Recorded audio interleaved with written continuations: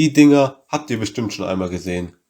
QR-Codes. Sie werden mittlerweile in vielen Bereichen eingesetzt und fast jeder verwendet sie in irgendeiner Art und Weise. Doch die meisten wissen wahrscheinlich nicht, wie sie genau funktionieren. Kurz vorweg, um keines solcher Videos mehr zu verpassen, abonniert doch den Kanal. Und das ganze Video schauen lohnt sich übrigens. Der Quick Response Code, das ist die Langform von QR-Code, auf Deutsch schneller Antwort-Code, ist ein zweidimensionaler Code, der seine Daten unmittelbar an ein Lesegerät übertragen kann. In seinen mindestens 21×21 bzw. maximal 177×177 Feldern kann er 7089 Ziffern oder bis zu 4296 Zeichen, Satz- und Sonderzeichen inklusive, speichern. Das entspricht einer Kapazität von 2956 Byte. Umso mehr Daten hinterlegt sind, desto größer und komplexer wird der Code. Zudem besitzt er eine Redundanz von bis zu 30%, sodass im Falle einer Beschädigung der Struktur diese bis zu einem gewissen Teil ausgeglichen werden kann. Die Abbildungsgröße des Codes ist egal, solange er lesbar ist, genau wie die Farbkombination. Da ein möglichst hoher Kontrast am besten ist, sieht man ihn meistens in schwarz auf weiß. Entwickelt wurde der QR-Code 1994 von dem japanischen Unternehmen Denso Wave, welche eine Tochtergesellschaft und Zulieferer des Toyota-Konzerns ist. Da man eine effektivere Möglichkeit zur Markierung von Fahrzeugen und Teilen und eine Möglichkeit zur Verarbeitung größerer Zeichenmengen benötigte, wurde nach einer schnelleren und leistungsfähigeren Technologie als dem Barcode gesucht. Die größte Herausforderung dabei war es, einen Code zu erstellen, der schneller lesbar war und dabei nach Hinzufügen der Positionserkennung keine Lesefehler entstanden. Dazu hat man das Verhältnis zwischen den schwarzen und weißen Punkten untersucht. Das Ergebnis von einem idealen Verhältnis von 1:1:3:1:1 erlaubte es, die schwarzen und weißen Bereiche im Positionserkennungsmuster so festzulegen, dass der Code am Ende aus allen Richtungen lesbar ist. Wie schon gesagt, war der Einsatzzweck die Fertigungsindustrie. Weil aber keine Patentierung erfolgte, ist der Quick Response Code heute Open Source, womit ihn jeder benutzen und weiterentwickeln kann. Aufgebaut ist der Code in verschiedenen Elementen. Zu einem den Positionsmarkierungen. Diese sitzen in der linken unteren und oberen Ecke und in der rechten oberen Ecke. Sie dienen dazu, wie der Name schon sagt, die Position und die Ausrichtung zu erkennen, die Struktur allgemein zu erkennen und um schnelles Lesen zu ermöglichen. Hinzu kommt bei höherer Komplexität weiter innen in der rechten unteren Ecke eine Ausrichtungsmarkierung, da jetzt mehr Ausrichtungsmuster benötigt werden. Sie ist aber auch zur besseren Verarbeitung auf unebenen Oberflächen da. Sie kann auch häufiger an verschiedenen Stellen bei noch komplexeren Strukturen auftreten. Bei sehr simplen kommt sie nicht vor. Zu anderen gibt es Synchronisationslinien bzw. Taktzellen. Durch eine Abfolge von schwarzen und weißen Elementen werden da das Datenraster definiert und die Größe der Datenmatrix erkannt. Mit Hilfe der Versionsfelder wird bestimmt, um welche der 40 Versionen des QR-Codes es sich handelt. Benötigt werden sie erst ab Version 8. In diesem Video behandeln wir aber nur Version 1 und 2. Link zur QR-Code-Versionstabelle findet ihr in der Videobeschreibung. Die Formatfelder liefern Informationen über Fehlertoleranz, Datenmaske und erleichtern das Scannen. Der Rest wird dann vom Datenfeld gefüllt, in welchem, wie schon der Name sagt, die Nutz- und Fehlerkorrekturdaten gespeichert werden. Bei der Fehlerkorrektur gibt es 4 verschiedene Level. Das niedrigste Level L, Low, mit 7% Kompensationsdaten, das Level M, Medium, mit 15% Korrektur, Level Q, Quartile, mit einer Redundanz von 25% und Level H, High, bei dem 30% rekonstruiert werden können. Der ganze Code wird noch von einer Randzone umrandet, damit man ihn von der Umgebung einfach unterscheiden kann und ihn somit schneller lesen kann. Das Erstellen eines QR-Codes übernimmt eigentlich immer der Computer, da es so am schnellsten geht. Man gibt das ein, was der Computer für einen codieren soll, und schon hat man einen fertigen QR-Code. Im Hintergrund läuft dabei natürlich viel mehr ab. In Kurzfassung, der Inhalt wird in Binärcode übersetzt und in Form von schwarzen und weißen Punkten in Schlangenlinien beginnend in der rechten unteren Ecke von unten nach oben eingetragen. Dabei strebt man eine möglichst hohe Fehlertoleranz bei möglichst geringem Platz an. Für die, die die tiefere Theorie jetzt nicht interessiert, gibt es Timestamps in der Videobeschreibung. Als Beispiel nehmen wir das Wort YouTube und das muss jetzt in Binärcode übersetzt werden und noch mit ein paar extra Informationen versehen werden. Zuerst müssen wir den richtigen Modus herausfinden. Es gibt 4 Modi. Einer davon muss auf unseren Text zutreffen. Der Numeric-Modus, es sind 7089 Zeichen möglich. Er kann aber nur Ziffern enthalten. Nicht das passende für das Wort YouTube. Alphanumeric-Modus, hier fällt alles drunter, was entweder Großbuchstabe, Zahl oder Sonderzeichen ist. Maximal 4296 Zeichen. Also auch nicht unser Modus. Binär nach Standard ISO 8859-1. Darunter fallen sowohl Groß- und Kleinbuchstaben, Ziffern, viele Satzzeichen, als auch kombinierte Buchstaben für den westeuropäischen Sprachraum. Genau das, was wir brauchen. Der Text könnte bis zu 2983 Zeichen lang sein. Die letzte Möglichkeit wäre noch Kanji gewesen. Das sind japanische Schriftzeichen. Da unser Text ja unter ISO 8859-1 fällt, sieht das erste Stück unseres Codes so aus. 0, 1, 0, 0. Das nächste, was noch an Zusatzinformationen benötigt wird, ist die Länge des Textes, damit beim Lesen bekannt ist, wie viele Zeichen sich überhaupt in dem Code befinden. YouTube ist 7 Zeichen lang. Nach dem ISO-Standard müssen wir jetzt jedes Zeichen in 8-Bit codieren, also 8 Nullen oder Einsen. Der Einfachheit halber bedienen wir uns eines Übersetzungstools. Herauskommt 00 00 01 11. Unser Text ist das nächste, was wir in Binärcode übersetzen. Das machen wir mit einem Zwischenschritt. Erst wird ein Hexadezimalsystem umgewandelt und dann in Einsen und Nullen. Dazu suchen wir uns in der ISO-Tabelle unseren ersten Buchstaben, also groß Y, heraus. Das erste Zeichen ist dann das waagerecht links davon am Rand steht, die 5. Das zweite, welches senkrecht darüber am Rand steht, die 9. Für die restlichen 6 Buchstaben gilt dasselbe. Und danach alles in Binärcode übersetzen. Damit besteht der Code jetzt aus 3 Teilen. Damit haben wir jetzt insgesamt 68 Bit, woraus die Größe, die der QR-Code später einmal haben wird, bestimmt wird. Wie anfangs schon erwähnt, will man natürlich ein größtmögliches Fehlerkorrekturlevel bei möglichst kleiner Größe. Dafür werfen wir einen Blick in die Versionstabelle. Version 1 ist die kleinste Größe mit 21×21 Modulen. Und wenn wir zum höchsten Redundanzlevel H schauen, dann passen da 72 Bits rein. Also nehmen wir dieses, weil wir ja nur 68 Bits haben. Wenn der Binärcode kürzer als die Maximalkapazität ist, muss noch der sogenannte Terminator in Form von 4 Nullen angehängt werden. Wenn damit die Kapazität überschritten werden würde, wären es nur so viele Nullen, wie noch Platz hätten. Das war der 4. Codeteil. Anschließend wird der Binärcode in 8-Bit-Blöcke aufgeteilt.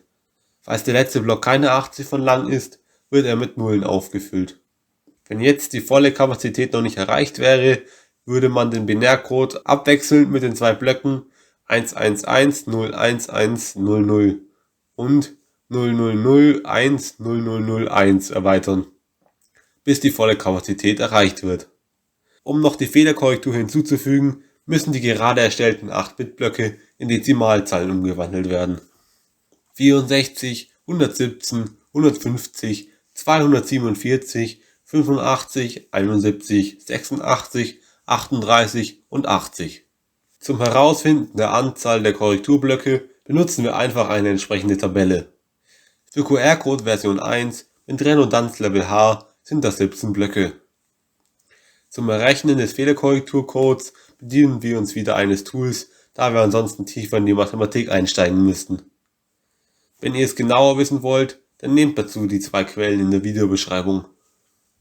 In das erste Feld werden die eben berechneten Dezimalzahlen eingetragen, ins zweite die benötigten Blöcke und dann die Rechnung ausführen lassen. Heraus kommt das hier. Das dann noch im Binärcode kodiert, hängen wir an den schon erarbeiteten Code an. Das ist jetzt der vollständige Binärcode für unseren Inhalt. Mehr benötigen wir dafür nicht mehr. Unseren Binärcode müssen wir natürlich noch in die QR-Code-Matrix eintragen. Dass unser QR-Code 21×21 groß sein muss, haben wir bereits herausgefunden. Zuerst tragen wir das ein, was immer gleich ist. Die Positionserkennung Und ja, der einsame Punktstreif über der unteren Markierung gehört dazu. Die kleinere Ausrichtungsmarkierung ist bei unserer Größe noch nicht notwendig. Und die Taktzellen natürlich noch. Diese beginnen und enden immer mit einem schwarzen Punkt. Anfangs bereits erwähnt, die Versionsfelder werden erst ab Version 8 benötigt. Wir haben ja Version 1, weshalb sie überflüssig sind. Mehr zu den Versionsfeldern könnt ihr über den Link in der Videobeschreibung erfahren. Bevor der Rest eingetragen wird, muss noch eine von 8 Masken angewendet werden. Diese legt fest, an welcher Stelle ein Bit ausgetauscht wird, also schwarz zu weiß und umgekehrt. Das dient dazu, dass keine zu großen einfarbigen Flächen und keine Regelmäßigkeiten entstehen. Angewendet werden alle Masken und dann wird entschieden, welche die beste ist. In der Theorie zumindest, es wäre jetzt viel zu aufwendig. Wir versuchen unser Glück einfach mit der ersten Maske und hoffen, dass ein einigermaßen akzeptables Ergebnis bei herauskommt. Der Code für die erste Maske bei Redundanz H lautet 0010110100010001. Eingetragen wird dieser zuerst von unten nach oben, neben den linken beiden Positionserkennungsfeldern und dann von links nach rechts unter den oberen Positionserkennungsfeldern. Schon beschriebene Felder werden dabei ausgelassen. Eine 1 ist ein schwarzes Feld und eine 0 ein weißes. Für Maske 1 gilt, wenn die y-Achsenkoordinate mit der x-Achsenkoordinate addiert, ohne Rest durch 2 teilbar ist, also eine gerade Zahl ergibt, wird das Bit umgekehrt. Eintragen angefangen wird in der rechten unteren Ecke in einer Zweierreihe nach oben und von oben in der nächsten Doppelreihe nach unten. Also wir setzen ganz unten auf Position 21 den ersten Bit, gehen dann 1 nach links und setzen da den nächsten. Dann kommt der nächste in der Reihe darüber rechts außen und der nächste Bit wieder 1 links daneben. Und das so lange, bis man oben angekommen ist. Jetzt rutscht man in die nächste Doppelreihe nach links und macht das Ganze von oben nach unten erneut. Alle bereits besetzten Stellen werden dabei ausgelassen. Fangen wir mit dem ersten Bit an. Eine 0, also weiß. Y-Position ist 1 plus x-Position 21 ist 22. Eine gerade Zahl. Also drehen wir dieses Bit um. Statt weiß ist es jetzt schwarz. Daneben kommt eine 1. Summe der Achsen ist ungerade, somit bleibt es bei einem dunklen Punkt. Jetzt eine Reihe darüber auf Position 21, eine 0. Summe der Achsen ist wieder nicht restlos durch 2 teilbar, also weißes Feld. Alles einmal bis oben hin. Hier angekommen, dasselbe von oben an daneben. An der Stelle werden die schon belegten Felder einfach ausgelassen und wir machen darüber weiter. Das wäre jetzt unser fertiger QR-Code. Probieren wir einfach mal aus, ob er funktioniert. Wir haben hier jetzt unseren fertigen QR-Code, den wir gerade erstellt haben, und ich nehme jetzt mal meine App her und wir probieren aus, ob er funktioniert. So, rüberhalten und es ging relativ zack. Schon haben wir stehen, YouTube. Hat doch wunderbar funktioniert. Also so schwer scheint es gar nicht gewesen zu sein. Also wenn wir hier jetzt mal einen Teil zuhalten, dann soll es eigentlich immer noch funktionieren. Ja, man darf nicht zu viel zuhalten, weil dann die 30% auch schon überschritten sind, die er an Redundanz hat. Aber es funktioniert und er erkennt immer noch hier das gleiche YouTube. Das Lesen eines Quick Response Code übernimmt wie das Erstellen im Normalfall der Computer.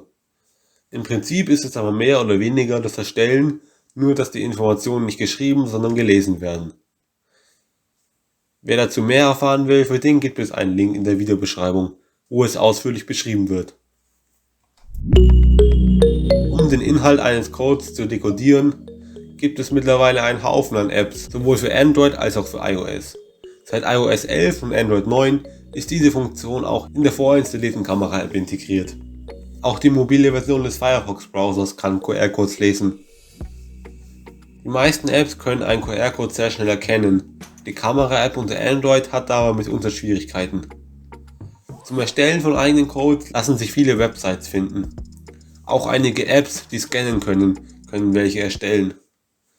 Der Inhalt dieser Strukturen kann eigentlich alles Mögliche sein, was nicht viel Speicherplatz benötigt. Wie zum Beispiel ein einfacher Text, E-Mail-Adressen, Termine, Links zu Websites, WLANs, Kontakte und noch viel mehr. Mein Fazit zu Quick Response Codes: QR-Codes sind eine ziemlich geniale Erfindung. Jeder kann sie schnell mit seinem Smartphone lesen und erzeugen, um damit schnell Informationen zu kommen oder Informationen weiterzugeben. Auch für Logistik und Unternehmen sind sie praktisch, um Produkte eindeutig zu kennzeichnen und dabei mehr Informationen unterbringen können als in Barcodes. Über konstruktives Feedback in den Kommentaren würde ich mich freuen, damit ich meine Videos immer weiter verbessern kann. Und wenn euch das Video weitergebracht hat, dann empfehlt es doch weiter und ihr dürft gerne eine positive Bewertung dalassen. Und abonnieren nicht vergessen.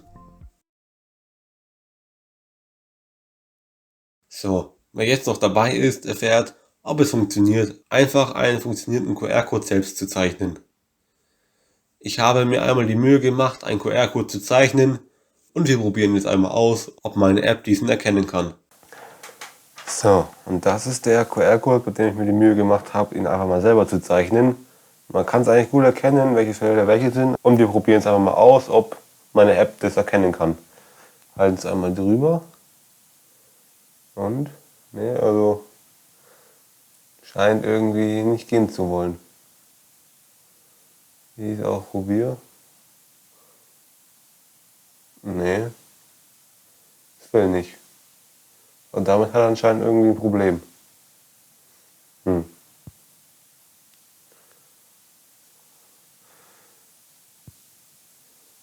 wir die normale Kamera-App probieren.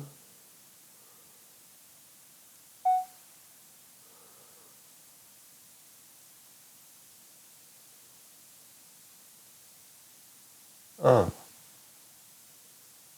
der hat tatsächlich erkannt. Hier, den hat er ausgelesen. Warum das meine andere QR-Code-App nicht schafft, das wundert mich jetzt echt. Weil normal hat die Android-Kamera-App hier Probleme, aber dass das jetzt geht, das wundert mich. Aber es hat tatsächlich funktioniert. Selber gezeichnet der QR-Code und hat funktioniert. Also, abonnieren nicht vergessen und das Video liken nicht vergessen. Ciao.